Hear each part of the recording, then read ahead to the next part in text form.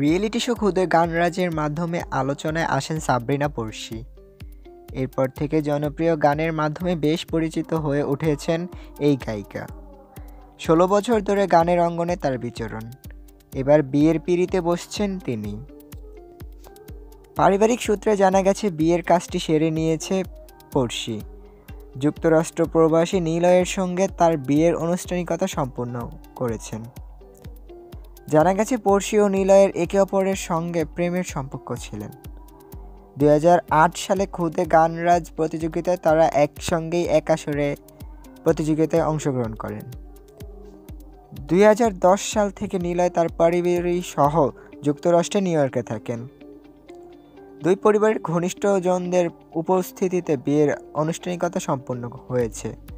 তবে বিয়ে নিয়ে আপাতত দুই পরিবারের কেউই খবর প্রকাশ করতে চান না।